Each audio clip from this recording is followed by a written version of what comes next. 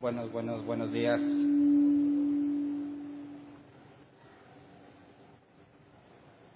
Hoy vamos a empezar a estudiar la carta a los Gálatas. Acompáñenme por favor a Gálatas 2:11. Este es el pasaje que voy a usar como base para el tema de hoy. Y como es la primera vez que vamos a analizar esta carta en esta secuencia de la Biblia que llevamos, la última vez que analizamos esta carta fue enero del 2014, algo así. Así que vamos a ver una breve introducción sobre el autor, la fecha y el contexto histórico o cultural para que nuestro estudio sea más eficiente, ¿no? No empecemos a inventar cosas que ni siquiera están en el contexto. Entonces leamos el pasaje base. Dice, pues bien, cuando Pedro fue a Antioquía, le eché en cara su comportamiento condenable. El nombre del tema es Pablo confronta a Pedro. Y la carta a los Gálatas indudablemente es de Pablo, es de su autoría, y la fecha no se especifica en la carta, no sabemos exactamente cuándo se escribió, pero en Gálatas 2, vamos a ver una parte más adelante en Gálatas 2, donde hace referencia al Concilio de Jerusalén. Y en el Concilio de Jerusalén, si tú lees Hechos 15, los historiadores lo ubican por ahí del 49 después de Cristo. Entonces, cuando Pablo habla sobre lo que sucedió en el Concilio de Jerusalén, ¿se acuerdan que cuando analizamos Hechos 15, se enviaron cartas a todas las iglesias con la decisión del concilio? Pablo entonces hace referencia a ese evento, lo que nos lleva a pensar que los Gálatas o la región de Galacia aún no estaba enterada del decreto del concilio, y entonces la carta estaría escrita a finales de 49 o principios del 50. O sea, sucede el Concilio de Jerusalén y luego, después de eso, en poco tiempo tenemos lo que sucede aquí en la carta a los Gálatas. En cuanto al contexto, cuando se habla de la región de Galacia, habla de una región de distintas ciudades que pertenecían al Imperio Romano. Y esta es la única carta de Pablo que le escribe a distintas iglesias de distintas ciudades. Cuando tú ves ahí el mapa, lo que es Turquía actualmente es lo que se le consideraba o se le llamaba la región de Galacia. Y Pablo, en su primer viaje misionero, fundó iglesias ahí. Una de las ciudades que están en esta región era Antioquía, Iconio, Listra y Derbe. Y Pablo fundó iglesias en esos lugares. De hecho, el problema de la confrontación entre Pablo y Pedro es en Antioquía, una de las iglesias que Pablo estableció. También resulta que Pablo nació en Tarso y es una ciudad de la provincia de Cilicia que está cerca de la región de Galacia. Entonces Pablo seguramente conocía bien esos alrededores y conocía bien las distintas ciudades y las costumbres de aquel tiempo. La idea es que el objetivo de la carta no es, esta carta no se parece a las demás en las que primero manda unos saludos y felicitaciones y se toma el tiempo para despedirse. Esta carta va de forma directa al asunto y es un asunto muy grave. Y el objetivo de la carta es contrarrestar la enseñanza de unos supuestos hermanos o falsos hermanos que se ven infiltrados en todas esas iglesias de la región de Galacia y estaban enseñando que para ser cristiano primero necesitabas circuncidarte. En otras palabras, necesitabas someterte a la ley de Moisés para poder ser un buen cristiano. Y creo que ese problema sigue presente en muchas de las iglesias actuales. Hay muchas personas que simpatizan tanto con el judaísmo que hacen cosas que el judaísmo hace y lo hacen sin dejar de llamarse cristianos. Se siguen llamando cristianos y, sin embargo, tratan de vivir ciertas cosas de la ley. Entonces, el objetivo de la carta es contrarrestar la doctrina y hacer claro lo que el decreto o el Concilio de Jerusalén decretó en cuanto a que hay igualdad entre judíos y gentiles, que no son dos pueblos, no es el pueblo elegido de Dios y la iglesia, sino que hay un solo pueblo de Dios, desde la creación del mundo hasta el fin. El grupo de las personas que Él ha elegido no se subdividen en distintos grupos, somos un solo cuerpo, y en ese cuerpo puede haber judíos y gentiles. Entonces, la intención de Pablo es que, ante su sorpresa de la facilidad con la que los Gálatas aceptaron un evangelio diferente, tiene que ser claramente refutada y aclarada la doctrina correcta. Entonces tenemos este conflicto y Pablo centra el conflicto en lo que Pedro y también sale embarrado Bernabé, hicieron durante la iglesia de Antioquía y cómo fue la confrontación. Entonces, este tipo de confrontaciones a veces es posible que las veamos en las iglesias que se toman en serio la doctrina. Iglesias que no se toman en serio la doctrina, nunca vas a ver este tipo de situaciones, porque ante el error anteponen el amor. Y no es que esté mal anteponer el amor, sino que de nada me sirve amarte si estamos en una doctrina equivocada. Entonces, cuando se presentan problemas doctrinales, aquellas personas que no tienen como máxima autoridad de la Escritura y piensan que cualquiera puede interpretar lo que quiera de la Biblia, van a decir, pues mira, yo tomo lo bueno y desecho lo malo, ¿verdad? Que es válido, es correcto, pero no entre hermanos, ¿verdad? Si tú vas a un lugar y te predican de algún mensaje y tú dices, bueno, pues agarro lo bueno y lo malo no lo tomo, tú no tienes una responsabilidad en ese grupo, tú no tienes influencia sobre esas personas, es lo mejor que puedes hacer. Pero cuando perteneces a una congregación, bíblicamente hablando, eres miembro de la iglesia de Jesús, no puedes simplemente decir, bueno, pues yo agarro lo bueno y desecho lo malo, porque conlleva consecuencias muy graves. Y la idea es que analizamos el conflicto entre Pablo y Pedro para que aprendamos a ser como Pablo y no cometer el error de Pedro. ¿Ok? Entonces, vamos a empezar a considerar el contexto de la confrontación. Vamos a leer del 11 al 14, ahí en Gálatas 2. Dice, pues bien, cuando Pedro fue a Antioquía, le eché en cara su comportamiento condenable. Antes que llegaran algunos de parte de Jacobo, Pedro solía comer con los gentiles. Pero cuando aquellos llegaron, comenzó a retraerse y a separarse de los gentiles por temor a los partidarios de la circuncisión. Entonces los demás judíos se unieron a Pedro en su hipocresía y hasta el mismo Bernabé se dejó arrastrar por esa conducta hipócrita. Cuando vi que no actuaban rectamente como corresponde a la integridad del Evangelio, le dije a Pedro delante de todos, si tú que eres judío vives como si no lo fueras, ¿por qué obligas a los gentiles a practicar el judaísmo? Entonces, quisiera que consideráramos esto en términos prácticos. Imagínate que estamos aquí reunidos. Tenemos invitados quizás de otra congregación, que sería el caso de Pedro. Y tú ves que el comportamiento de uno de ellos, en este caso Pedro, aunque están embarrados otro grupo de judíos, incluso Bernabé, ves que hacen algo incorrecto. ¿Cómo enfrentarías esta situación? Nos guiamos por Mateo 18, que cuando alguien peca, repréndele estando tú y él solos, ¿verdad? Prefieres, como dije hace rato, decir, bueno, pues yo tomo lo bueno, yo pongo mis ojos en Cristo y no en los hombres, y te haces de la vista gorda y no dices nada, o decides confrontar directamente. ¿Por qué Pablo no sigue el proceso de Mateo 18? ¿Por qué Pablo, en lugar de decirle a Pedro, oye, tienes un minuto para hablar, y luego lo hubiese llevado aparte y le hubiera dicho, oye, se me hace que estás mal, ¿no? Y también, a ver, Bernabé, tú también tienes chances que estamos aquí platicando un asunto y junto con los otros judíos que estaban haciendo lo mismo, poder decirles aparte, lejos de la gente, que están mal, ¿no? Quizás Pablo pudo haber dicho, o si yo fuera Pablo, en ese momento en que tienes que confrontar a alguien, dices, pues hay que llevarlo de la forma más pacífica. ¿Para qué hacemos un problema más grande de lo que es, no? Además, imagínate la imagen de Pedro. ¿Cómo quedaría la imagen de Pedro ante algo así?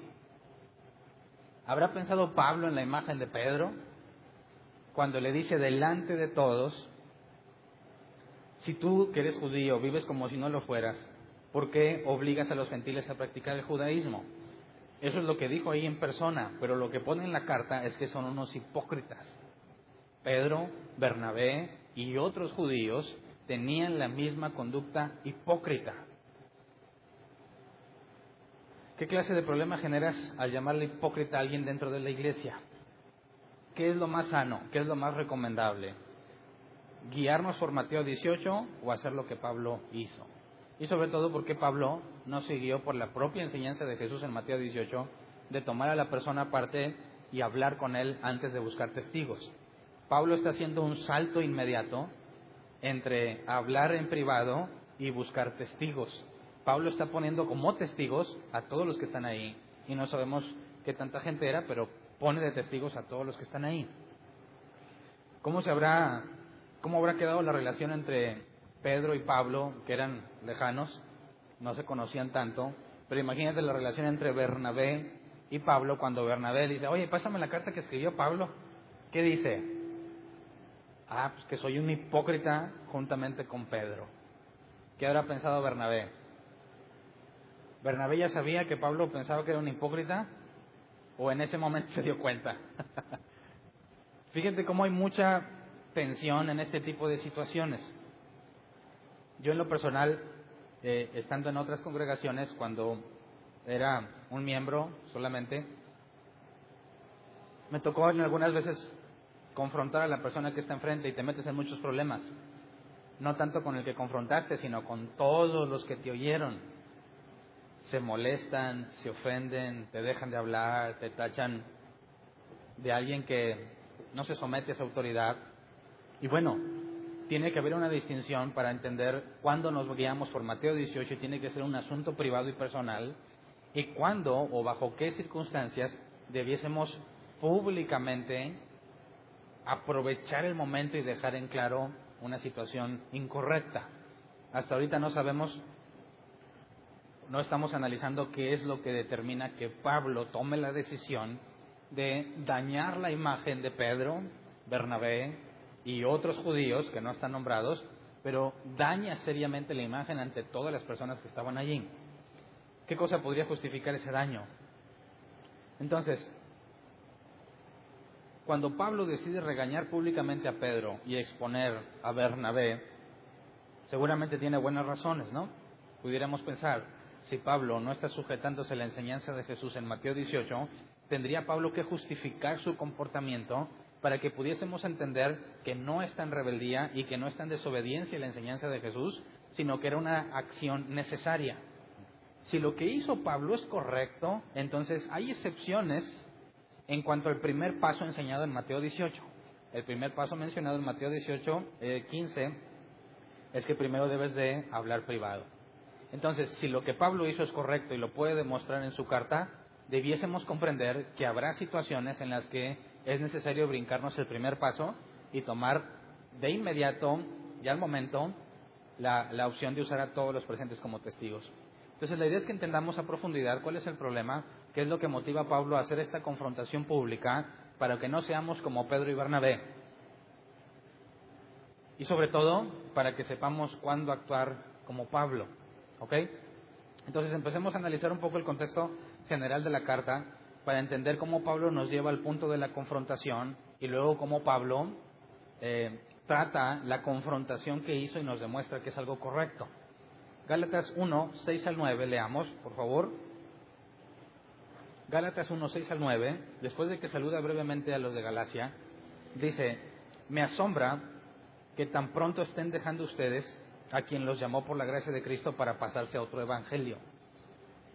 No es que haya otro evangelio, sino que ciertos individuos están sembrando confusión entre ustedes y quieren tergiversar el evangelio de Cristo. Pero aun si alguno de nosotros o un ángel del cielo les predicara un evangelio distinto del que les hemos predicado, que caiga bajo maldición. Como ya lo hemos dicho, ahora lo repito, si alguien les anda predicando un evangelio distinto del que recibieron, que caiga bajo maldición.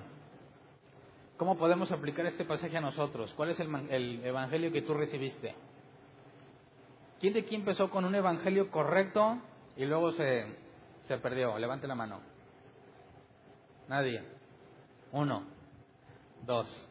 ¿Quién de aquí empezó con un evangelio incorrecto y luego se pasó al correcto? Levante la mano.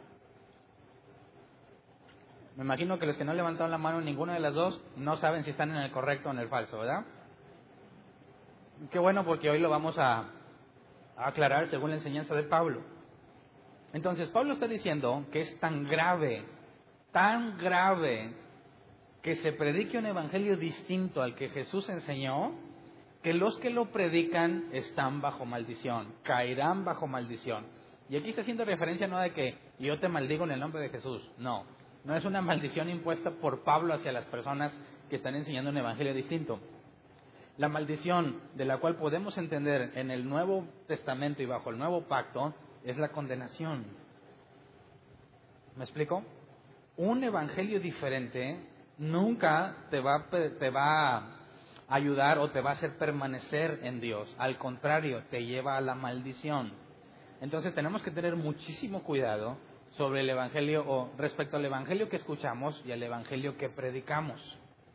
No es simplemente decir, pues yo agarro lo bueno y desecho lo malo, porque quizás el que está hablando con un Evangelio distinto, que en este caso es al que la Escritura enseña, puede estar bajo maldición y cualquiera que se pase a su bando cae bajo la misma maldición. Y es el enfoque de Pablo al demostrar y defender lo que el Evangelio de Jesucristo es y poner en evidencia lo que no es.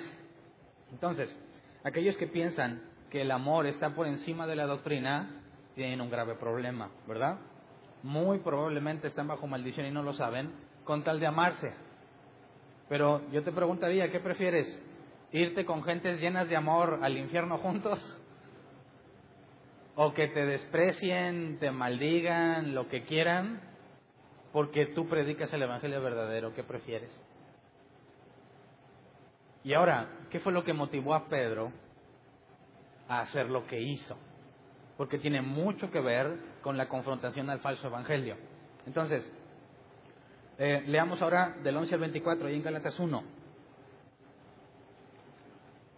Tendríamos un problema implícito. Imagínate que tú pones a la doctrina de Pedro contra la doctrina de Pablo, que en el momento de la confrontación claramente es diferente en unos aspectos. Si a ti te dieran a elegir entre la doctrina de Pedro y la doctrina de Pablo, bajo criterios humanos, ¿cuál escogerías? ¿A quién le concederías mayor credibilidad? Tenemos a Pedro, uno que caminó con Jesús en persona 3 años y fue encomendado por Jesús, ¿verdad? Tenemos a Pablo, que era perseguidor de la iglesia y que él jura que Jesús se le apareció. ¿A quién le crees más? ¿Qué clase de reacción tendrían cuando ven que Pedro y Pablo entran en problemas y en conflictos doctrinales? ¿Cómo le puede hacer Pablo para demostrar que a pesar de lo que Pedro vio y lo que Pedro vivió y lo que Pedro recibió del propio Jesús en persona, a la hora de aplicarlo es incorrecto? Así que quiero que consideremos que Pablo está, entre comillas, en desventaja al tratar de demostrar que Pedro está equivocado, porque cualquiera podría concluir por criterios meramente humanos que Pedro es más digno de credibilidad, ¿no? Entonces, fíjate cómo empieza a escribir. Quiero que sepan, hermanos, que el evangelio que yo predico no es invención humana. No lo recibí ni lo aprendí de ningún ser humano, sino que me llegó por revelación de Jesucristo. Y esta es una aseveración muy fuerte, ¿no? Tú me creerías si yo vengo y te digo, mira, lo que yo te voy a decir no viene ni en la Biblia, porque el propio Jesús me lo dijo. ¿Me creerías?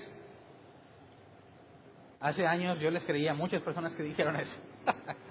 Y me equivoqué gravemente por hacerle caso a estos locos que aseguran que Dios revela cosas que es imposible respaldarlas con la Escritura, pero que está tan seguro de la sublime revelación que aunque no cuadre con la Biblia, no importa porque Dios lo dijo. Entonces Pablo empieza a decir, este evangelio que yo les predico nadie me lo enseñó, ningún ser humano. Fue Jesús quien me lo enseñó. Y yo creería que esa no es una buena forma de empezar, ¿verdad? Pedro podría decir, a mí me lo enseñó Jesús en persona. Pablo va a decir, a mí también, pero ya después de resucitado. ¿Y alguien te vio? No, nadie. Pero se lo juro, mira. Yo creo que no está dando una evidencia suficiente, pero, digamos el versículo 13, ustedes ya están enterados de mi conducta cuando pertenecía al judaísmo. Y Pablo empieza a dar ahora evidencia de que el evangelio que recibió también se lo dio el mismo Jesús. Ustedes ya están enterados de mi conducta cuando pertenecía al judaísmo, de la furia con que perseguía la iglesia de Dios tratando de destruirla. En la práctica del judaísmo, yo aventajaba a muchos de mis contemporáneos en mi celo exagerado por las tradiciones de mis antepasados. Pausa. ¿Quién te quiera como Pablo antes? Que nomás decían algo, oye, se me hace que el pastor se equivocó. ¡Ah, no toques al pastor! Con un celo exagerado por las tradiciones, porque no era por la escritura, ¿verdad? ¿Cómo te atreves a juzgar? Luego. Pablo está diciendo, yo les ganaba a todos en mi celo exagerado. Y yo sé de muchos que sí eran. Yo también en algunas partes lo tengo que aceptar, pero bueno. Versículo 15, sin embargo, Dios me había apartado desde el vientre de mi madre y me llamó por su gracia. Cuando Él tuvo a bien revelarme a su Hijo para que yo le predicara entre los gentiles, no consulté con nadie. Tampoco subí a Jerusalén para ver a los que eran apóstoles antes que yo, sino que fui de inmediato a Arabia, de donde luego regresé a Damasco. Entonces, fíjate, Pablo se encuentra con Jesús camino a Damasco, ¿verdad? Y dice, no consultó con nadie, no le preguntó a los apóstoles. La encomienda que Jesús le da queda entre Pablo y Jesús, y no se nos especifica de detalle todo lo que le dijo. Pero entonces, él está diciendo, de entrada, nadie me corroboró lo que yo predico. Lo recibí de parte de Jesús, y ahora tendría que demostrar cómo podemos estar seguros de que lo que él predica es cierto. Por eso dice el versículo 18, después de 3 años subí a Jerusalén para visitar a Pedro y me quedé con él 15 días. No vi a ningún otro de los apóstoles, solo vi a Jacobo, el hermano del Señor. Pausa. Es decir, se encuentra con Jesús. 3 años después, hace una visita que el libro de los Hechos no nos dice, no se nos había revelado en ninguna otra parte, y fue a visitar a Pedro 15 días y solo vio a Jacobo, el hermano del Señor. ¿Se acuerdan que ya vimos que Pablo describe que a él le enseñaron y le transmitieron lo que sucedió en la resurrección de Cristo, que se apareció a Jacobo, el hermano de Jesús, y que Jacobo era uno de los, por el concilio de Jerusalén nos damos cuenta que era uno de los principales en la iglesia de Jerusalén, y que Jacobo era reconocido como hermano carnal de Jesús, que en este caso sería medio hermano, ¿verdad? Porque no comparten el mismo padre. Sería medio hermano de Jesús, y Pablo dice, fui 15 días con Pedro, no vi a ningún otro, excepto a Jacobo. Versículo 21, más tarde fui a las regiones de Siria y Cilicia, pero en Judea las iglesias de Cristo no me conocían personalmente, solo habían oído decir, el que antes nos perseguía, ahora predica la fe que procuraba destruir, y por causa mía glorificaban a Dios. Entonces, está dando antecedentes de que nadie lo instruyó, de los apóstoles nadie lo instruyó, y estuvo 15 días con Pedro, hasta ahí. Luego en el capítulo 2, dice, 14 años después, vamos a leer del 1 al 2. 14 años después subí de nuevo a Jerusalén, esta vez con Bernabé, llevando también a Tito. Fui en obediencia a una revelación y me reuní en privado con los que eran reconocidos como dirigentes y les expliqué el evangelio que predico entre los gentiles para que todo mi esfuerzo no fuera en vano. Entonces, Pablo se encuentra con Jesús. 3 años después hace una visita a Pedro de 15 días. Y luego, 14 años después, sube a Jerusalén. Han pasado 17 años desde que Pablo conoció a Jesús hasta que les dice, mira, esto es lo que predico, ¿qué opinan? Tiene 14 años mínimo, 14 años predicando a los gentiles. Y después de 14 años va con los apóstoles, los que estuvieron con Jesús en carne y hueso, y dice, esto es lo que estoy predicando, ¿cómo ven? ¿Cómo se arriesga Pablo a estar 14 años predicando sin asegurarse que sea lo mismo que predican los de Jerusalén? ¿De dónde venía la confianza de Pablo a la hora de predicar? Tenemos 2 opciones. Pablo estaba completamente loco y negligente, de manera que si tuviera dudas de que su evangelio fuese genuino, le vale y 14 años predica. ¿Qué clase de negligencia es esa? Si eso fuese cierto, ¿cómo se pone a discutir con Pedro si él ni siquiera prestó la diligencia correcta o la debida para validar su mensaje antes de predicarlo? Por eso lo primero que empieza diciendo Pablo es que el evangelio me lo dio Jesús. Y empieza a demostrar, durante 14 años prediqué sin que nadie validara mi evangelio, nadie de los apóstoles. Y cuando voy con ellos, les expuse todo. ¿Cuál fue la reacción? Primero vamos a Hechos 15, 1 al 4 para ver lo que Pablo está citando, el concilio de Jerusalén. Dice, Hechos 15, 1 al 4. Algunos que habían llegado de Judea a Antioquía se pusieron a enseñar a los hermanos, a menos que ustedes se circunciden conforme a la tradición de Moisés, no pueden ser salvos. Esto provocó un altercado y un serio debate entre Pablo y Bernabé con ellos. Entonces se decidió que Pablo y Bernabé y algunos otros creyentes subieran a Jerusalén para tratar este asunto con los apóstoles y los ancianos. Pausa. ¿Te fijas cómo lo que dijo Pablo? Por medio de una revelación, o sea que Dios le dijo que subiera, Pablo sube a Jerusalén. Y ahí habló con los que consideraban como dirigentes. Según Hechos 15, que escribe Lucas, compañero de Pablo en muchos de sus viajes, quieren esos reconocidos como dirigentes, los apóstoles y los ancianos. ¿Ok? Aquí nos dice que fue Pablo, Bernabé y otros. Y Pablo nos dice Pablo, Bernabé y Tito. Así que a Tito estaba ahí entre otros, ¿verdad? Qué feo se debe sentido que están escribiendo la Biblia. Tú andabas ahí en la bola y no te apuntan, ¿verdad? Andaba Hernán, Vero y otros. Dices, yo andaba ahí, también debatí, discutí, ¿no? No le dieron crédito. Así que nos dice que el altercado estaba en Antioquía. ¿Dónde confrontó Pablo a Pedro? En Antioquía. Ahora, ¿este altercado que lo llevó a Jerusalén fue el pleito con Pedro o fue después de? Fíjate, en el altercado que vimos en Gálatas 2, dice que Bernabé también fue hipócrita, ¿verdad? Y aquí en esta carta dice que Pablo y Bernabé contendieron contra los judaizantes, así que no puede ser este evento. El evento de la confrontación entre Pablo y Pedro, Bernabé se dejó arrastrar, así que fue posterior al concilio, más grave todavía. Luego, versículo 3 de Hechos 15. Enviados por la iglesia, al pasar por Fenicia y Samaria, contaron cómo se habían convertido los gentiles. Esas noticias llenaron de alegría a todos los creyentes. Al llegar a Jerusalén, fueron muy bien recibidos tanto por la iglesia como por los apóstoles y los ancianos, a quienes informaron de todo lo que Dios había hecho por medio de ellos. Entonces, esto es lo que Pablo nos dice en Gálatas. Fui y les expuse todo lo que he predicado. Regresemos a Gálatas. Gálatas 2, 3 al 5. ¿Cuál fue la reacción de ellos ante lo que Pablo les explicó? Dice, ahora bien, ni siquiera Tito, que me acompañaba, fue obligado a circuncidarse, aunque era griego. Pausa. El pleito es que hay cristianos, entre comillas, que dicen que tienes que circuncidarte para poder ser cristiano.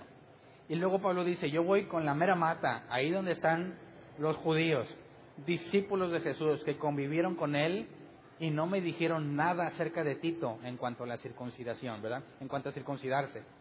Versículo 4. El problema era que algunos falsos hermanos se habían infiltrado entre nosotros para coartar la libertad que tenemos en Cristo Jesús a fin de esclavizarnos.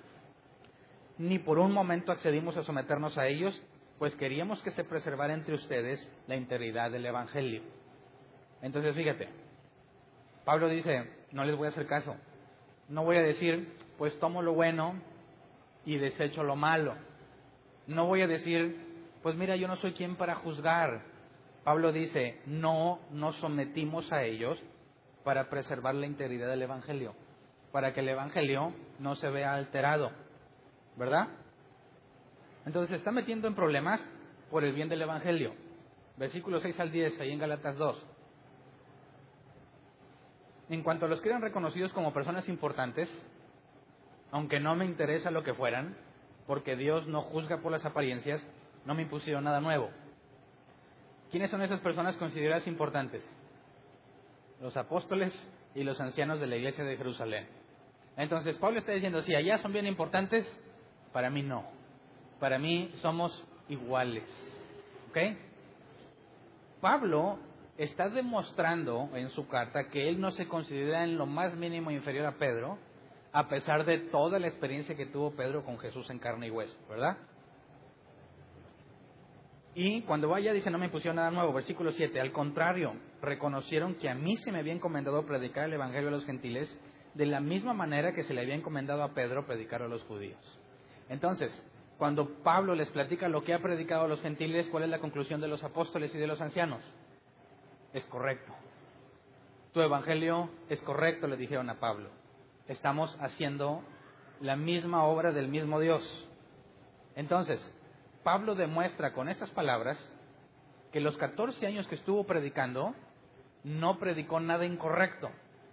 A pesar de que no fue con los apóstoles para que le validaran su evangelio, cuando los apóstoles lo escucharon, lo que Pablo predicaba por medio de la boca de Pablo, reconocieron que era correcto y que era de parte de Dios. Y esa es la esperanza que tenemos como iglesia en Árbol Plantado. Estamos buscando más iglesias que tengan en alta estima la Escritura, que sean solo Escritura. Y la idea es que algún día encontremos alguna persona que nos venga a platicar lo que ellos han entendido del Evangelio y que sea exactamente lo mismo que entre Pablo y Pedro, sin asumir que yo soy Pablo o Pedro, ¿verdad? que cuando nos digan esto es lo que hemos creído en la Biblia, aunque no los conocemos, aunque no hemos tenido relación personal, podamos decir por la doctrina que predican, decir, te damos la mano en señal de compañerismo, decir, estamos en lo mismo. Gracias. Qué bonito sería, no lo hemos encontrado todavía, ¿verdad? Pero ya estamos en negociaciones. Cada vez se acercan más personas que coinciden en que tenemos la misma doctrina. Y ya más adelante les platico qué planes hay en eso. Pero la idea es que si nosotros estamos predicando lo que encontramos en la Escritura y nos vamos a otra iglesia que dice que también predica la Escritura, ¿qué debiera de pasar cuando examinemos nuestras bases? Si los dos estamos en la verdad, pasaría exactamente esto, ¿no?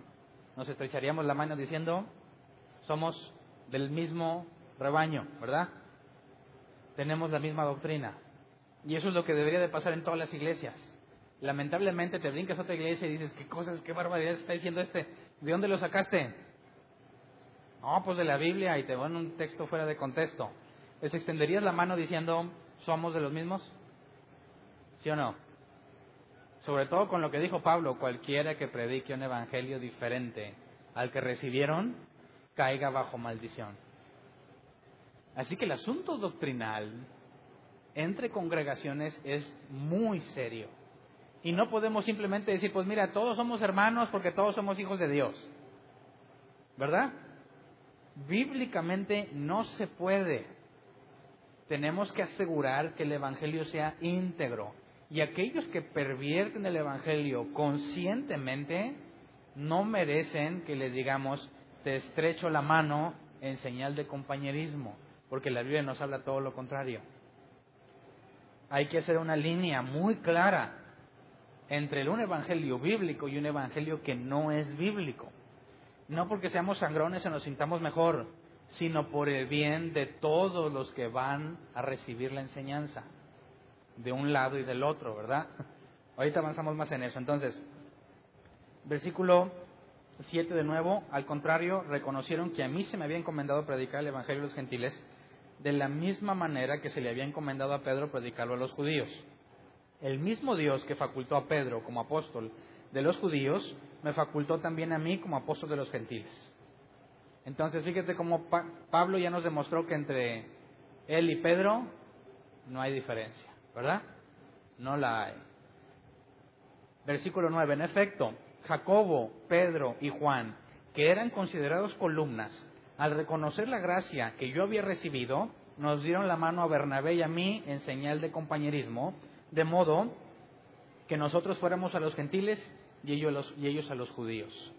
Solo nos pidieron que nos acordáramos de los pobres y eso es precisamente lo que he venido haciendo con esmero. Entonces, fíjate cómo Pedro es considerado columna, ¿verdad? Pedro, Juan y Jacobo. Los principales en la iglesia de Jerusalén. Y los principales extendieron la mano a Pablo y a Bernabé porque el evangelio que Pablo predicaba era correcto. Entonces, Pablo ya está minimizando la diferencia entre Pedro y él, ¿verdad? Cualquiera que le dijera, ¿cómo te atreves a confrontar a Pedro? Pedro que estuvo con Jesús. Bueno, de entrada, somos iguales. Cualquier cristiano que dice, ¿cómo te atreves a cuestionar al ungido? ¿Cuál es la respuesta bíblica? Somos iguales. Somos iguales. Si a él lo encomendó Dios, a mí también. Ir y predicar el evangelio, ¿verdad? A toda criatura. Tenemos exactamente la misma encomienda. Podemos tener distintas responsabilidades en la iglesia, pero no hay jerarquías. Somos iguales a los ojos de Dios. Y Pablo empieza poniendo esa base, eliminando la posibilidad de que alguien piense que Pedro tiene más credibilidad por la experiencia que ha tenido. Entonces Pablo demuestra que son iguales. Luego, vamos ahora sí a la confrontación. Gálatas 2, 11 al 14.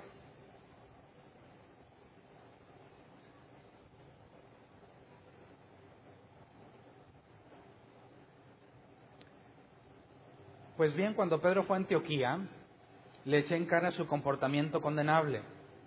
Antes que llegaran algunos de parte de Jacobo, Pedro solía comer con los gentiles. Pero cuando aquellos llegaron, comenzó a retraerse y a separarse de los gentiles, por temor a los partidarios de la circuncisión. Chequemos esto. Pablo está, como ves acá, con buen cotorreo acá con los gentiles, ¿verdad? Se lleva con todos, como iguales. Llegan unos de la iglesia de Jerusalén que enseñan que primero debes de circuncidarte. ¿Y qué hace Pedro?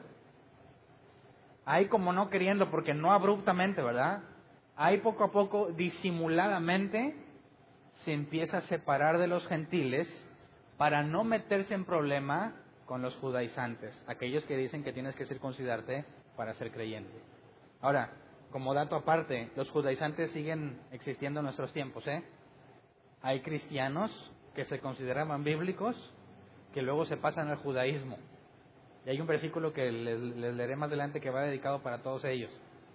Pero sigue pasando en nuestros tiempos. Hay personas que les dicen, tú tienes que hacer lo que la ley de Moisés dice. Tienes que hacerlo porque ese es un pacto que está antes de tu pacto nuevo y eso es más importante para Dios que cualquier cosa que diga el Nuevo Testamento. Y se pasan a tratar de vivir según el judaísmo. Así que sigue vigente para muchas personas, este problema sigue presentándose aún hoy en día. Entonces, Pedro disimuladamente empieza a separarse de los gentiles cristianos para no meterse en problema con los judaizantes. Versículo 12. Entonces los demás judíos se unieron a Pedro en su hipocresía, y hasta el mismo Bernabé se dejó arrastrar por esa conducta hipócrita. Cuando vi que no actuaban rectamente como corresponde a la integridad del Evangelio, le dije a Pedro delante de todos, si tú que eres judío vives como si no lo fueras, ¿por qué obligas a los gentiles a practicar el judaísmo? Y aquí esta pregunta hay que analizarla. ¿En qué momento Pedro está diciendo que deben de vivir bajo el judaísmo a los gentiles? ¿Lo dijo en algún momento? No. ¿Te das cuenta que nunca lo dijo? Cuando, en lo que describe Pablo, cuando Pedro le dijo, no muchachos, sí hay que circuncidarse, nunca dijo nada. Lo único que Pablo dice es que poco a poco se empezó a separar de los gentiles. Y la acusación de Pablo a Pedro no es por algo que dijo, sino por lo que hizo. Pablo está considerando que las acciones de Pedro están diciéndole a los gentiles que se tienen que hacer judíos. Entonces, tenemos a Bernabé y a Pedro acusados de hipócritas, siendo acusados por Pablo. Quisiera que vayamos a Hechos 13:1 para ver quiénes son los que están en el conflicto principalmente en cuanto a su responsabilidad en la iglesia. Hechos 13:1. En la iglesia de Antioquía eran profetas y maestros Bernabé, Simeón, apodado el Negro, y siempre me da risa cuando leo eso. Y le decían, ¿qué onda, negro? ¿Verdad? Entre los maestros, ¿verdad? Bueno, Simeón, apodado el Negro, Lucio de Cirene, Manaén, que se había criado con Herodes el tetrarca, y Saulo, profetas y maestros en Antioquía. Luego llega Pedro, y tienes a Pedro, columna de la iglesia en Jerusalén, ¿verdad? Columna de la iglesia en Jerusalén. Bernabé, maestro y profeta en la iglesia de Antioquía. Cuando la gente que se congrega en ese lugar, los cristianos que aún no tienen ese nivel de responsabilidad, ni ese nivel de madurez, ven que ellos se portan así, ¿qué van a pensar? Que lo que ellos hacen es correcto, ¿verdad? Que si ellos lo hacen, entonces yo puedo hacerlo. Y luego tenemos a Saulo, Pablo, también maestro y profeta, confrontándolos, así que la situación se puso grave. Tienes a 3 individuos muy importantes, prácticamente con el mayor grado de responsabilidad en la iglesia de Jesús, aunque en distintas ubicaciones, con conflictos doctrinales. ¿Qué le dirías ahí a ellos? Imagínate que tú eres un espectador y ves que ya se armó el conflicto. Tranquilícense. Lo más importante es que nos amemos, ¿verdad? ¿Saben qué? No hagan un escándalo aquí delante de todos. Vengan, pues ¿por qué son tan imprudentes? Van a hacer tropezar a los más débiles, ¿verdad? ¿No te das cuenta, Pablo, que le das en la torre al testimonio de Pedro? Que le das en la torre al testimonio de Bernabé, que también es maestro en la iglesia. ¿No te parece que va a salir más problemas al tener una confrontación entre los principales? ¿No sería lo más sano hacer como que nada pasó y después nos arreglamos? ¿Qué opinas? Pablo dice ahorita ya, vámonos, hipócritas, enfrente de todos. Imagínate que estaban todos acá comiendo tranquilamente, ¿no? Y de repente Pablo se pone y le dice a Pedro, ¿por qué eres un hipócrita? ¿Cómo se puso el ambiente? Si venía gente con Pedro, ¿se habrá sentido agredida? ¿Qué le pasa al loco de Pablo? ¿Le habrá dado vergüenza a los que eran de Antioquía cuando Pablo le dice eso a Pedro? ¿Se habrán dado cuenta todos del problema que estaba sucediendo? Te aseguro que no. Te aseguro que había personas que ni cuenta se habían dado de lo que Pedro está haciendo. Porque lo que Pablo detecta requiere madurez en las cosas de Dios. Y una persona que no tiene ese grado de madurez no la va a ver. Y le va a pasar de largo. Y va a tropezar por las cosas que está viendo que Pedro y Bernabé están haciendo. Entonces, Pablo, aunque no se han dado cuenta todos del problema, decide exhibirlos públicamente y dañar la imagen de cristianos que tiene. Así que creo yo que Pablo necesita una verdadera justificación para hacer lo que hizo, ¿no? Y en su defensa, lo primero que hizo fue ponerse al mismo nivel con ellos. Entonces, vamos otra vez a Gálatas 2, 15 al 21.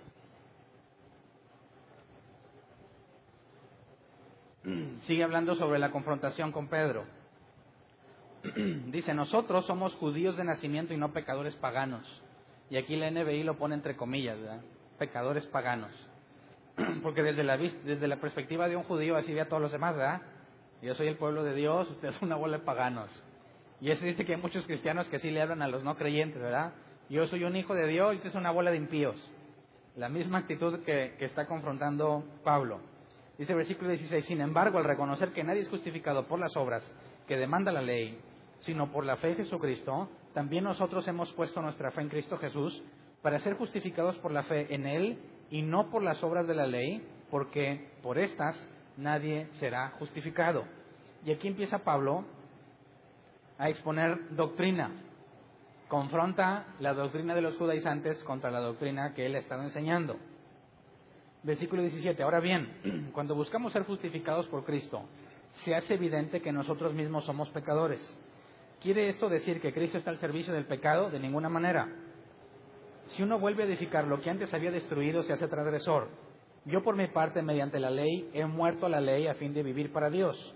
He sido crucificado con Cristo, y ya no vivo yo, sino que Cristo vive en mí. Lo que ahora vivo en el cuerpo, lo vivo por la fe en el Hijo de Dios, quien me amó y dio su vida por mí. No desecho la gracia de Dios.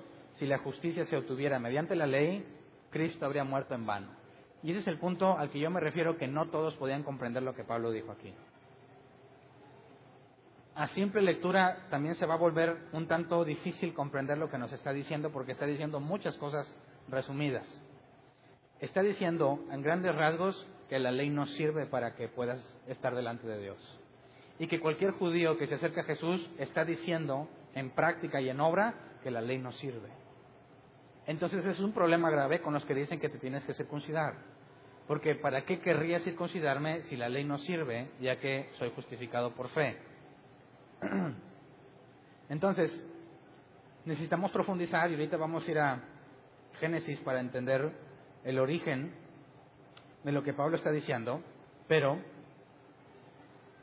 Pablo está exhibiendo de manera grave la doctrina errónea que está manifestando Pablo y Bernabé.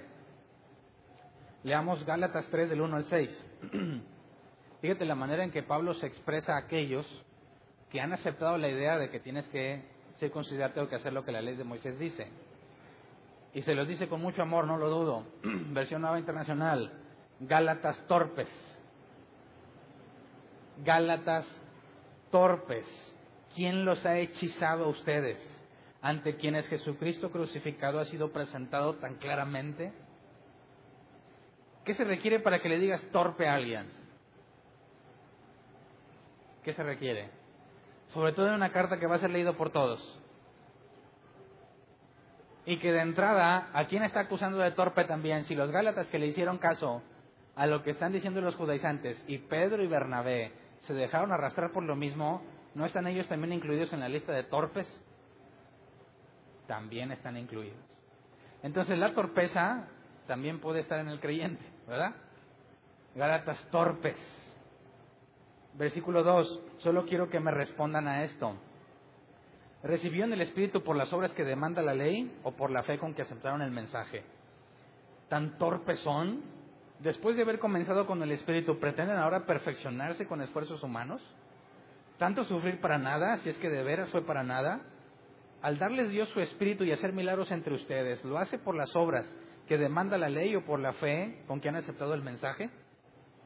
Así fue con Abraham. Le creyó a Dios y esto se le tomó en cuenta como justicia. Entonces vemos que Pablo empieza a hacer uso de la lógica.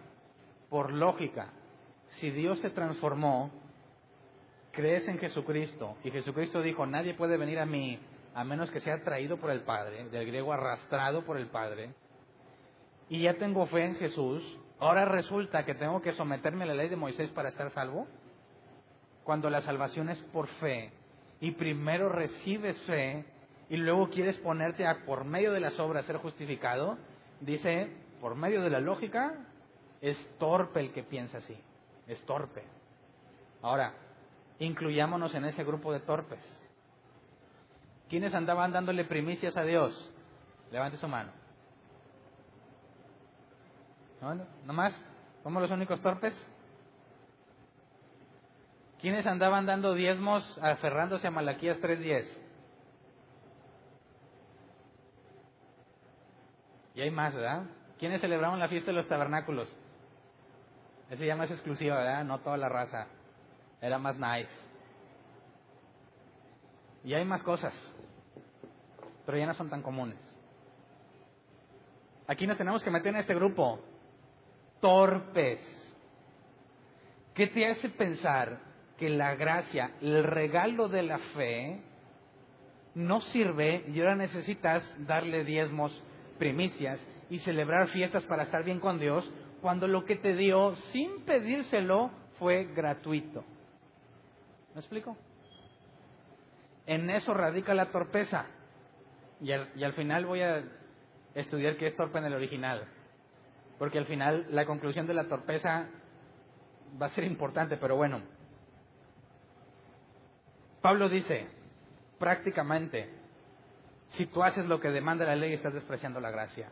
Y necesitas entender cuál es la gracia que recibiste. Si no entiendes la gracia que recibiste, vas a estar tratando de satisfacer lo que Dios pidió en la ley por medio de cosas que no tienen nada que ver con la gracia que recibiste. Entonces Pablo se ve obligado a irte al origen. Versículo 8, así fue con Abraham. Le creyó a Dios y esto se lo tomó en cuenta como justicia. Esa es la base. Y aquí tenemos un problema, una situación a considerar. ¿Qué fue primero, la promesa a Abraham o la ley de Moisés? La promesa a Abraham. Y luego viene la ley de Moisés. Analicemos qué es lo que Dios le prometió a Abraham para poder contraponerlo contra lo que dice la ley de Moisés. Vamos a Génesis 22, 16 al 18.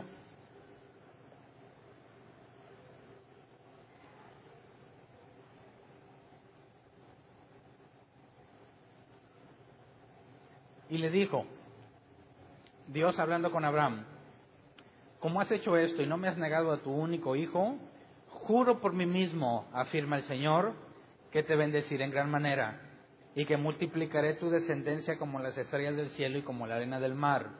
Además, tus descendientes conquistarán las ciudades de sus enemigos. Puesto que me has obedecido, todas las naciones del mundo serán benditas por medio de tu descendencia. Y este pasaje lo usaban los judíos para exaltarse.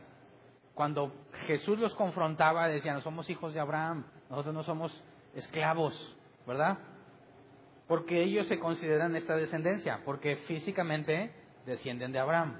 Hay unos cristianos locos que dicen que también, ¿verdad? Y ahorita vemos ese caso. Pero habría que entender en qué radica la promesa y por qué esa promesa nos bendice a nosotros y nosotros no tenemos nada que ver con Abraham. ¿Quién de aquí ha consultado su árbol genealógico y me puede asegurar que viene de Abraham? Nadie. ¿Estás tú incluido aquí? Ayer en la exposición que tuvimos de los aspirantes al área de enseñanza, salió esta pregunta: ¿qué parte del Viejo Testamento aplica para mí y cuál no? Y traigo esa misma pregunta: ¿esto aplica para ti? Pablo está diciéndole a los Gálatas que todo empezó con esta promesa de Abraham. Sin embargo, los gentiles no tienen nada que ver con Abraham, ¿verdad? Así que, ¿de qué nos está hablando? ¿Cómo es posible que la descendencia de Abraham tenga algo que ver conmigo, que yo no tengo nada que ver con el pueblo judío? Gálatas 3:16 nos da la clave. Pablo nos da la clave para poder entender esta promesa. Dice: ahora bien, las promesas se le hicieron a Abraham y a su descendencia, ¿verdad? Juro por mí mismo que te bendeciré. Y luego habla sobre la descendencia de Abraham. Así que las promesas se le hicieron a Abraham y a su descendencia. La Escritura no dice y a los descendientes, como refiriéndose a muchos, sino y a tu descendencia, dando a entender uno solo, que es Cristo. Y esto es un asunto de ir al original, ¿verdad? La versión que Pablo consultaba era la Septuaginta.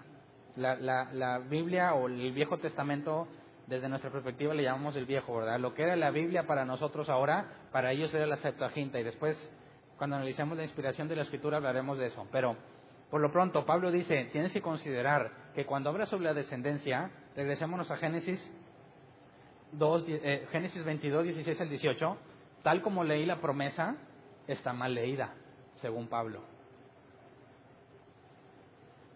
Ahora bien, las promesas... no, ese no es. Génesis 22, 16 al 18. Y le dijo: como has hecho esto y no me has negado a tu único hijo, juro por mí mismo, afirma el Señor, que te bendeciré en gran manera y que multiplicaré tu descendencia como las estrellas del cielo y como la arena del mar. Y Pablo dice: ahí no es descendientes en plural, es descendiente en singular. Y la palabra en hebreo es sera. Y se puede traducir como descendiente o descendientes. Las dos traducciones son válidas. Lamentablemente, la NBI y la Reina Valera 60 y la traducción lenguaje actual lo pone en plural, que es una traducción válida.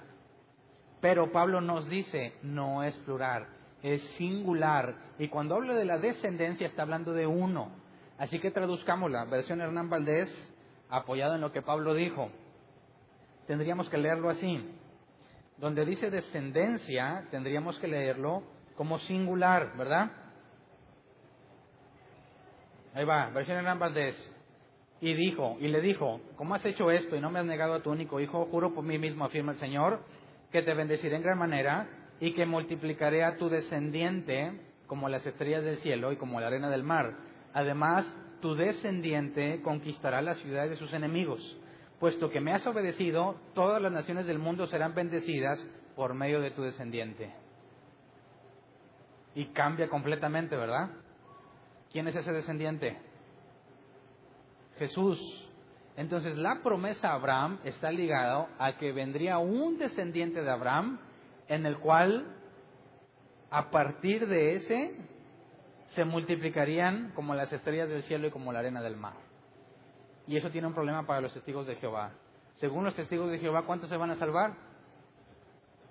144,000, ¿verdad? 144,000 son tantos como las estrellas del cielo y la arena del mar. Imposible, imposible. Entonces, ¿cómo está esto de que la promesa de Abraham tiene que ver con Jesús? De manera que todos los que son de Jesús son parte de la promesa, porque son dos partes. Dios dice: te bendeciré, Abraham, y la Escritura nos atestigua que lo bendijo, ¿verdad? Y a tu descendiente, y por medio de ese descendiente que es Jesús, todas las naciones serán benditas, ¿verdad? Ok, por medio de lo que haga este descendiente, las naciones serán bendecidas, pero también multiplicará a ese descendiente como las estrellas del cielo y la arena del mar. El problema es que Jesús no se casó, ni tuvo hijos, ¿verdad? Entonces, ¿dónde estamos tú y yo ahí? Estamos en dos partes. Número uno, somos de las naciones, ¿verdad? Y por medio de Jesús serán benditas. Ahí estamos en la bola de naciones. Y ese, pues bueno, Es más fácil detectarlo que la otra, la descendencia del descendiente. Los que serán multiplicados a partir de él. ¿Estás tú ahí o no? La Escritura dice que Jesús es el hermano mayor de todos, ¿verdad? Y que seremos como él. De manera que la promesa está diciendo, Dios le dijo a Abraham, llegará el día en que uno de tus descendientes será de bendición para todas las naciones y a partir de él multiplicaría muchos que serán como él. ¿Me explico? ¿Esto fue antes o después de la ley? Antes de la ley. Entonces, ¿para qué sirve la ley?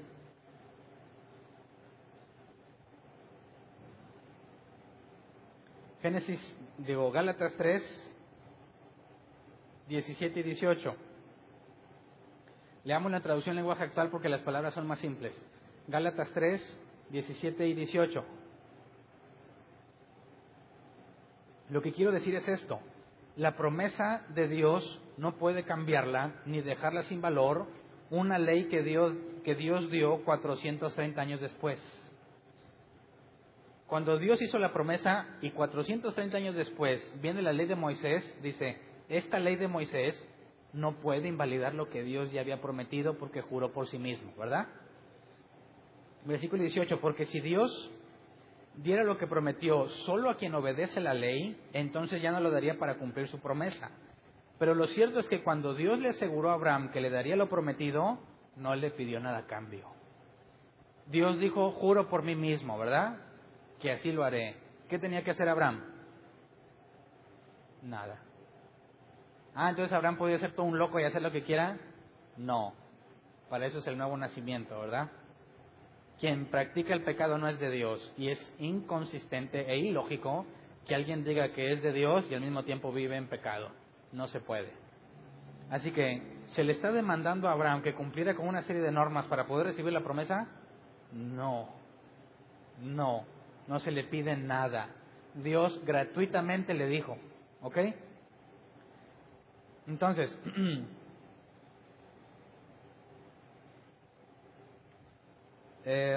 vamos a Gálatas 3, 19. Ahí mismo, ¿verdad? Entonces,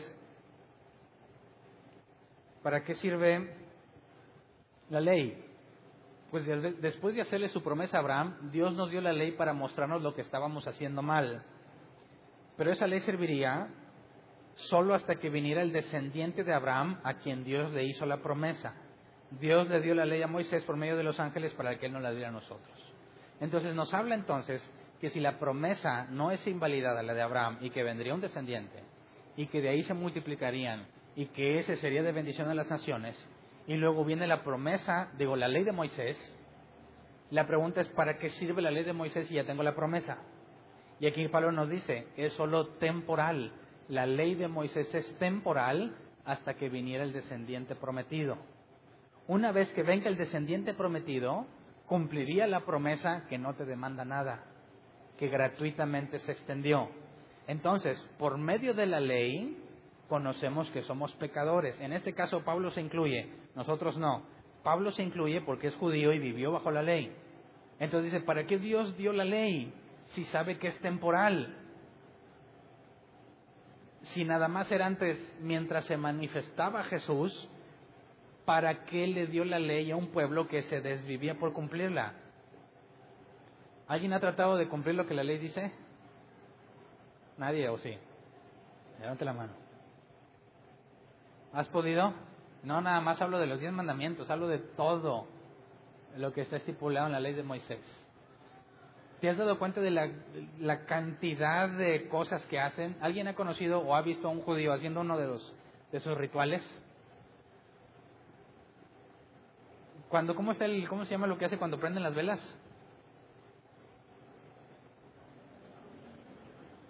El Hanukkah. Me sorprendió cuando me platicaron que tienen que soplar de un lado hacia otro y mover el humo de un lado a otro y decir ciertas cosas cuando las prendes, ciertas cosas cuando las apagas y un montón de cosas que tienen que hacer con tal de estar bien con Dios. Y el asunto es que Pablo le dice que eso es temporal porque la promesa es gratuita. Dios no le pidió nada a Abraham, y tampoco nos los ha pedido a nosotros como se lo pidió a los israelitas en el monte Sinaí cuando expide la ley. Entonces vamos a Hebreos 10:1. La ley es temporal y la ley no te limpia. Hebreos 10:1, Nueva Versión Internacional. La ley es solo una sombra de los bienes venideros y no la presencia misma de estas realidades. Por eso nunca puede, mediante los mismos sacrificios que se ofrecen sin cesar, año tras año, hacer perfectos a los que adoran. Supongamos que una persona que con todo el deseo de su corazón, toda la energía, se pone a tratar de vivir bajo la ley de Moisés para agradar a Dios, ¿a qué conclusión llegaría? Imagínate, yo quiero hacer todos los rituales y las ofrendas de cereal, la ofrenda mecida, la ofrenda de expiación. Me gozo con mi familia, llegaba el sacrificio, se hace todo el ritual anual, y luego del diezmo tú agarrabas con tu familia y te gozabas, y tienes que hacer un montón de cosas, las oraciones y todo lo que tienes que hacer. Si recordamos brevemente, existe el elemento del sacrificio expiatorio. Cuando has pecado en ciertas condiciones, para reconciliarte con Dios tenés que hacer un sacrificio. Pablo dice, el sacrificio es anual por todo el pueblo. O sea que ¿cuándo vas a acabar? ¿Cuándo dirías, ya, por fin, acabamos la ley de Moisés? Ya la hicimos. ¿Cuándo? Nunca. Nunca la terminarías. ¿Por qué? Porque aunque obedezcas todos los rituales, tú sigues siendo el mismo. ¿Verdad? Sigues siendo el mismo pecador de siempre. Y lo que dice aquí, la ley es solo una sombra de los bienes venideros. Pablo, bueno, si asumimos que Pablo escribió Hebreos, nos está hablando sobre exactamente lo mismo. La ley de Moisés era mientras llegaba el descendiente, mientras llegaba Jesús. Y lo que la ley de Moisés los pone a hacer era para que entendieran y reaccionaran cuando Jesús viniera. Entonces, Gálatas 3, 24 al 25. Gálatas 3, 24 al 25. Dice, así que la ley vino a ser nuestro guía, encargado de conducirnos a Cristo, para que fuéramos justificados por la fe. Pero ahora que ha llegado la fe, ya no estamos sujetos al guía. Y eso se entiende así. Imagínate que te dicen, para estar bien con Dios, tienes que cumplir con lo que la ley de Moisés dice. Y lo haces de todo corazón. ¿De qué te vas a dar cuenta cuando trates de obedecerlo al pie de la letra? Que te equivocas y no puedes. Así que vas a tener que ofrecer sacrificios para que Dios te perdone. Ofreces el sacrificio, vuelves a tu vida normal, ¿y qué va a volver a pasar? Te vas a volver a equivocar. ¿Qué pasaría si después de 15 años sigues en el mismo proceso?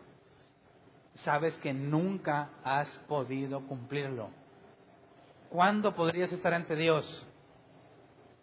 ¿En qué momento, por medio de la ley de Moisés, vas a poder decir, Dios, aquí estoy y ya no hay pecado en mí? ¿Cuándo? Nunca. Entonces, todo fiel que buscara llegar a Dios por medio de la ley de Moisés tendría que reconocer que no se puede, ¿verdad? Y cuando se manifestara el descendiente Jesús, el que por medio de él tu pecado es removido, ¿qué harías? ¿Lo rechazabas o lo abrazabas? ¿Y qué hicieron los judíos? La gran mayoría lo rechazaron, ¿verdad? ¿Quién en sus 5 sentidos, cuando trata de vivir bajo la ley y se da cuenta que no puede, que su mayor aspiración es estar ante Dios y pasar la eternidad con Él, el pecado no puede estar ante Dios? Pablo dice, este cuerpo no puede estar con Dios porque es corrupto. Entonces la única manera de estar con Él es por medio de abrazar a Jesús, quien promete vida eterna. Así que todos los que hayan vivido bajo la ley estarían felices, gozosos, por hablar en términos cristianos, gozosos en el momento en que Jesús fuera manifestado, ¿verdad? Entonces, si ya se manifestó el descendiente cuya promesa es gratuita y que gratuitamente fuiste justificado por la fe, ¿para qué rayos quieres la ley de Moisés? ¿Para qué rayos quieres ofrecer primicias? ¿Para que te bendiga? El mayor tesoro que pudo haberte dado, ya te lo dio, ¿cierto?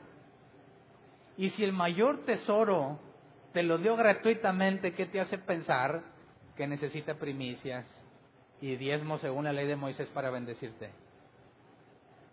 El Dios que ha dado a su Hijo unigénito, lo más valioso que pudiera darte, ¿qué te pedirá para bendecirte?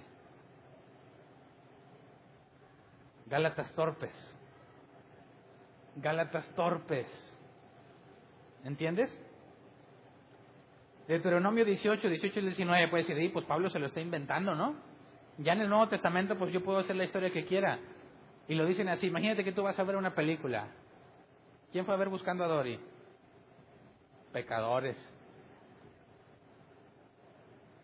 Imagínate que tú tienes que sacar la tercera serie en base a lo que pasó en Buscando a Dory. ¿Podrías hacerla? Podría decir, mira, para que se ponga más picosa, la verdad es que Dory siempre fingió. Y lo hizo para manipular. ¿Cómo se llama el papá de Nemo? ¿Cómo? ¿Marlene? Era si fuera, ¿verdad? Dory quiso manipular a Marlene y a Nemo para que fueran un medio, un escalón más para encontrar a sus padres. Digo, cualquiera se puede inventar una teoría así conspiratoria, ¿no? Y dicen, eso es lo que el Nuevo Testamento hace. Agarran el Viejo Testamento y lo dicen, pero ¿saben qué? No es así. Hay un secreto que nadie les dijo a todos esos. Durante cientos de años nunca se los dijo Dios. Aquí les va la nueva revelación. Y eso es lo que los judíos piensan que es el Nuevo Testamento. Es una forma de manipular lo que se dijo para hacer que se vea real. Así que vamos a Deuteronomio 18 al 19. Ya leímos la promesa de Abraham y la promesa de Abraham habla de un descendiente. Ahora, en el momento en que se está dando la ley, Deuteronomio 18 al 19. Por eso levantaré entre sus hermanos un profeta como tú. Dios le dice a Moisés. Pondré mis palabras en su boca y él les dará todo lo que yo mande, lo que yo le mande. Si alguien no presta oído a las palabras que el profeta proclame en mi nombre, yo mismo le pediré cuentas. ¿De quién está hablando? Cuando la Escritura dice uno mayor que Moisés está en el tabernáculo. Cuando lleguemos a Hebreos lo vamos a ver. Ya se había dicho, vendría otro. Y el que no se sujete a él, Dios le va a pedir cuentas. Cuando predicas el Evangelio y lo rechazan, ¿qué están haciendo? Se constituyen enemigos de Dios. Porque además, vamos a ver después en Hebreos, Jesucristo es Rey y sumo sacerdote. No nada más profeta, no nada más descendiente de Abraham. Entonces ya estaba establecido que por medio de uno. El asunto a considerar es que si Jesús es ese uno, ¿verdad? Y ya lo analizamos cuando estudiamos los Evangelios. Si se acuerdan, estuvimos analizando profundamente quién es Jesús, las cosas que Él aseguró ser y si podíamos confiar en Él. Entonces, Gálatas 3, 26 al 29. Si entendemos que desde el Viejo Testamento se habla de que vendría uno en particular, si ese uno en particular es Jesús, y la promesa es que multiplicaría a ese descendiente como las estrellas del cielo y la arena del mar, nos lleva a esta conclusión. Gálatas 3, 26 al 29. Todos ustedes son hijos de Dios mediante la fe en Cristo Jesús. Porque todos los que han sido bautizados en Cristo se han revestido de Cristo. Ya no hay judío, ni griego, esclavo, ni libre, hombre, ni mujer, sino que todos ustedes son uno solo en Cristo Jesús. Si ustedes permanecen en Cristo, son la descendencia de Abraham y herederos según la promesa. ¿Somos descendencia de Abraham? Claro, porque si venimos a partir de Jesús, si nacimos de nuevo a partir de Jesús, y Jesús es descendiente de Abraham, ¿qué somos nosotros? Descendientes de Abraham. ¿Y qué es lo que nos hace hijos de Dios? Que descendemos de Jesús y Él es hijo de Dios. Así que son las dos cosas. Jesús es descendiente de Abraham, heredero de la promesa. Y nosotros adquirimos la promesa a Abraham por ser descendientes de Jesús, porque venimos de Él. Pero lo más importante es que Jesús era hijo de Dios. Y todos los que vienen de Jesús somos hijos de Dios. ¿Me explico? Así que no estamos inventando un nuevo pacto, no estamos inventando que ahora somos hijos de Dios sin la ley de Moisés, porque alteramos y sacamos nuestra propia conspiración para engañar al mundo, sino que eso es lo que está escrito en el Antiguo Testamento y se ve cumplido en su totalidad en la persona de Jesús. ¿Me explico? ¿Quién que entienda esto quisiera vivir bajo la ley de Moisés? ¿Quién dice, no, yo me cambio, yo prefiero la ley de Moisés? ¿Quién es tan torpe como para hacer eso? Gálatas 4, 6 al 7. Ustedes ya son hijos. Dios ha enviado a nuestros corazones el espíritu de su Hijo que clama, Abba, Padre. Así que ya no eres esclavo sino hijo, y como eres hijo, Dios te ha hecho también heredero. Y aquí se agrega algo que profundizaremos más en Hebreos. Pero si Jesús es puesto sobre todo nombre y sentado a la diestra del Padre, y tú eres su hermano, ¿en qué te beneficia? Somos coherederos con Cristo. Así que es lo mejor que nos pudo haber pasado, Jesús, ¿sí o no? Es el individuo que cumple la promesa a un nivel que nunca se había comprendido hasta que se revela quién es Jesús. Gálatas 5, 1 al 6, para empezar a cerrar la conclusión y determinar si lo que Pablo hizo está bien o no al dañar la imagen de Pedro y de Bernabé. Gálatas 5, 1 al 6, Cristo nos libertó para que vivamos en libertad. Por lo tanto, manténganse firmes y no se sometan nuevamente al yugo de esclavitud. Y aquí está hablando de la ley de Moisés. Escuchen bien, yo Pablo les digo que si se hacen circuncidar, Cristo no les servirá de nada. De nuevo declaro que todo el que se hace circuncidar está obligado a practicar toda la ley. Pausa.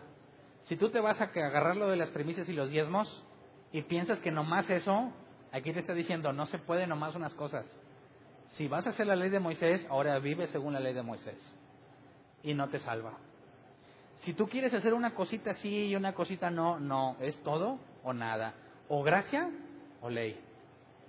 Así que es más bárbaro todavía aquellos que dicen, no, pues yo soy cristiano, pero pues sí diezmo. Y dices, no, están más bárbaros todavía, ¿verdad? No se puede. Versículo 4, aquellos de entre ustedes que traten de ser justificados por la ley, han roto con Cristo, han caído de la gracia. Nosotros, en cambio, por obra del Espíritu y mediante la fe, aguardamos con ansias la justicia que es nuestra esperanza. Entonces, ¿estás dispuesto a no dar primicias y que te vaya mal todo el año? Suponiendo que eso funciona, ¿verdad? ¿Estás dispuesto? Sí, oye, hermano, es que me la pones muy difícil. O sea, en las primicias me aseguran que todo el año me va a ir bien.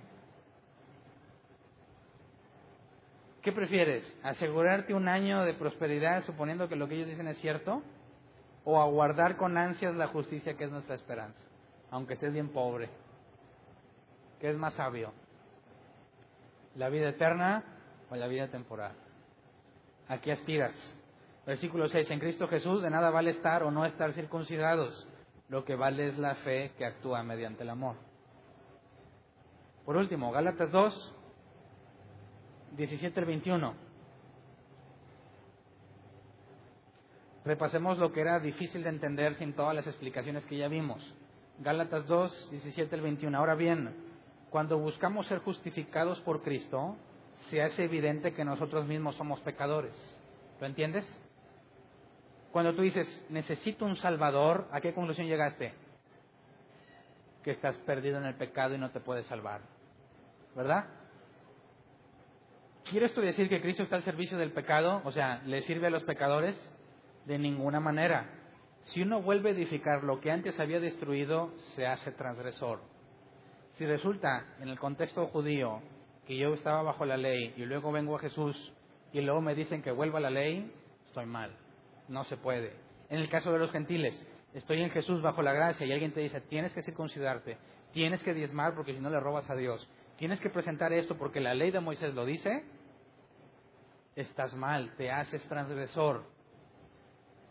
Versículo 19, yo por mi parte mediante la ley he muerto la ley a fin de vivir para Dios. O sea, que por medio de la ley se dio cuenta que se tiene que morir a sí mismo y dejar de justificarse y dejar que la obra de Jesús sea la que nos limpie. Versículo 20, he sido crucificado con Cristo y ya no vivo yo, sino que Cristo vive en mí. Lo que ahora vivo en el cuerpo, lo vivo por la fe en el Hijo de Dios, quien me amó y dio su vida por mí. No desecho la gracia de Dios. Si la justicia se obtuviera mediante la ley, Cristo habría muerto en vano. ¿Lo puedes entender? Entonces, concluyamos. Si tú fueras Pablo y ves que Pedro poco a poco se está separando de los gentiles para no meterse en problema con los judaizantes, ¿qué harías? ¿Lo llamas aparte o lo reprendes en público? Si le llamas aparte, ¿qué va a pasar? Todos los que vieron a Bernabé y a Pablo, columnas de la iglesia, maestro y profeta, y no oyen la reprensión hacia ellos, ¿van a evitar el tropiezo? ¿Van a aprender?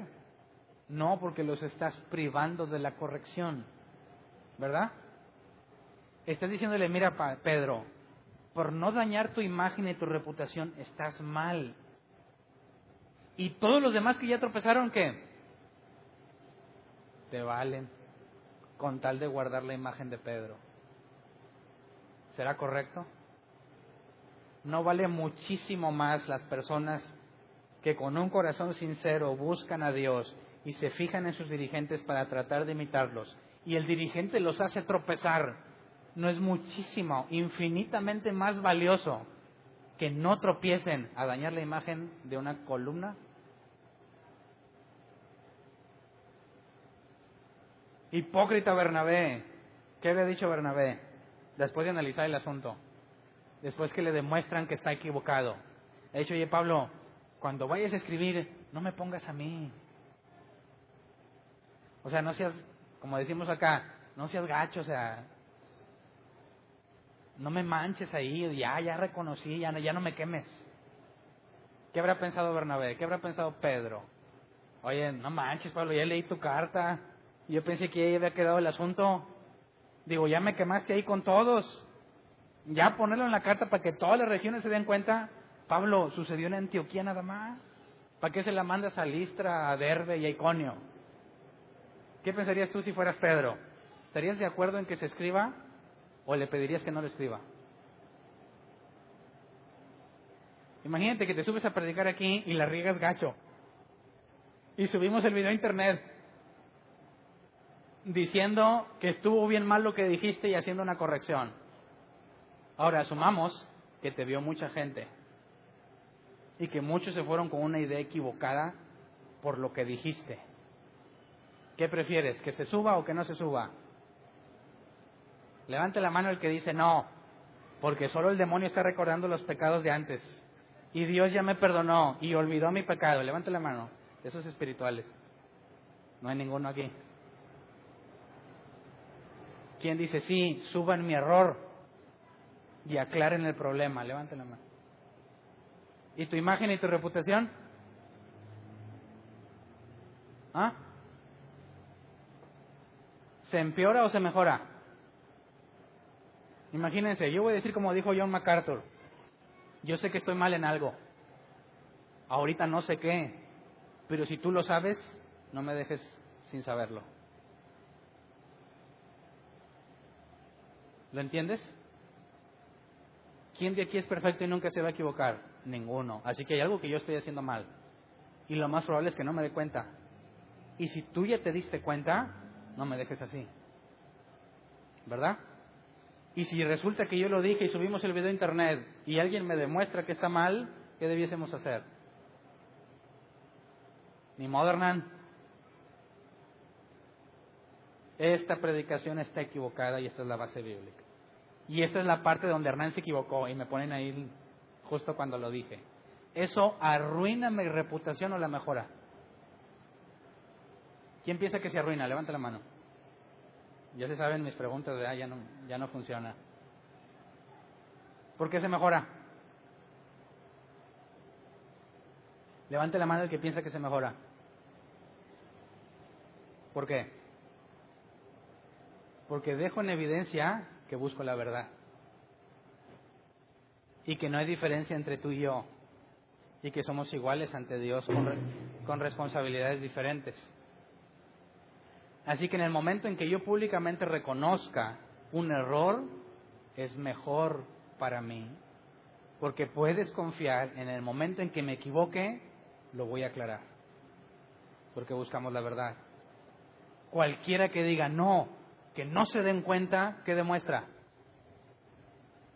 Que es un necio, es un torpe, que quiere mantener su imagen a costa de los demás, a costa de hacer tropezar a los que fielmente y genuinamente buscan a Dios. ¿Quién quiere preservar su imagen en lugar de demostrar que lo que busca es la verdad del Evangelio? Entonces, ¿por qué razón Pablo se brinca el primer paso del proceso que Jesús describe? Porque había muchos testigos que serían seriamente dañados cuando ven que Pedro, al retraerse, la acusación de Pablo es: ¿por qué enseñas a judaizar? ¿Por qué dice eso? Porque al mantenerse lejos de los gentiles y cerca de los judaizantes, ¿qué es lo que está diciendo implícitamente? ¿Quién tiene la razón? Está diciendo que los judaizantes tienen la razón y que según la ley de Moisés él no debiera convivir con gentiles. Por eso Pablo le dice: les estás enseñando a judaizar. Les estás diciendo con tus acciones que ellos no son igual a los judíos y que para que Pedro pueda convivir con ellos como iguales tienen que circuncidarse. Es un error muy grave, ¿cierto? Y como todos lo están viendo, tiene que ser corregido en el momento en el que está pasando por el bien de todos. Entonces, la palabra torpes, que para nosotros puede tener una connotación más agresiva, es el griego anoetos, que se traduce como ignorante, no entendedor, sin sabiduría. ¿Cuántos de aquí sabemos y reconocemos que estábamos bien torpes, bien ignorantotes, sin sabiduría? Y que en cierto grado no hemos dejado de serlo, ¿verdad? Entonces, si de eso no nos olvidamos, el día que nos equivoquemos, con gusto, si yo fuera Pedro, y espero que en su gracia Dios me permita permanecer firme en eso, yo no le diría a Pablo: oye, no vayas a escribir eso. No, al revés. Déjalo claro. Deja claro la parte donde me equivoqué, para que nadie vaya a tropezar por mi culpa. ¿Verdad? ¿Qué será mejor? Decirle a Dios: Señor,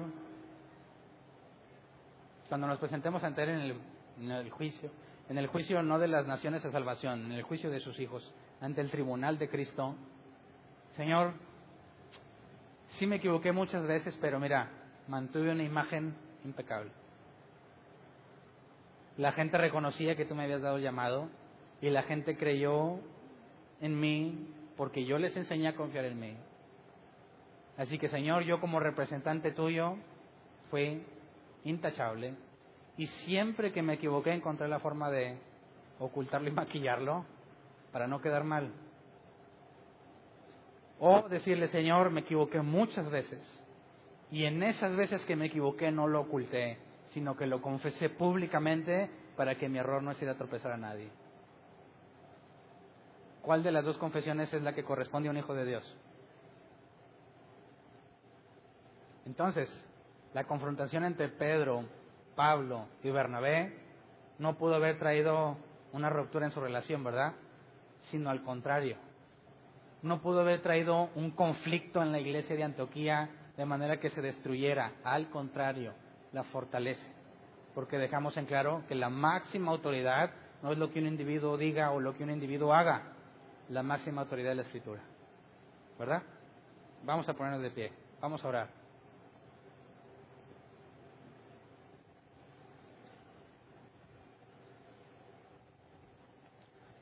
Ya sabemos que hay muchos torpes entre nosotros el día de hoy, ¿verdad?